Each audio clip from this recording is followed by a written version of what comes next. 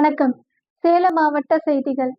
சேலம் மாவட்டம் தேவூர் அருகே குறுக்குப்பாறையூரில் குப்பைகளை கொட்ட எதிர்ப்பு தெரிவித்து 40வது நாளாக போராட்டத்தில் ஈடுபட்ட பொதுமக்கள் மற்றும் விவசாய சங்கத்தினர் 13 பேரை போலீசார் கைது செய்து அரசிராமணி மேட்டுப்பாளையம் சமுதாய கூடத்தில் அடைத்தனர். அரசிராமணி பேரூராட்சியில் சேகரிக்கப்படும் குப்பைகளை கொட்ட அரசு குறுக்குப்பாறையூரில் இடம் தேர்வு செய்து திடக்கழிவு மேலாண்மை திட்டத்தில் கட்டுமான பணிகளை தொடங்கி நடந்தது.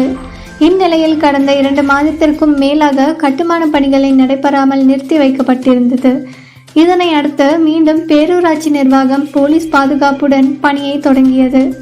இதனை அறிந்த பொதுமக்கள் விவசாய சங்கத்தினர் 40வது நாளாக மீண்டும் தமிழ்நாடு விவசாய சங்க வட்டார தலைவர் ராஜேந்திரன் தலைமையில் போராட்டத்தில் ஈடுபட்டனர். பொதுமக்கள் மற்றும் விவசாய சங்கத்தினர் 13 பேரை Sankagiri inspector Ramesh, Devur sub inspector Arunkumar தலைமையில் போலீசார் கைது செய்து அரசிராமணி மேட்டுப்பாளையம் சமுதாய கூடத்தில் அடைத்தனர். பின்னர் மாலையில் விடுவித்தனர். இதற்கிடையில் குப்பைகளை கொண்டு சென்று குறுக்குப்பாறையூரில் கொட்டப்பட்டது.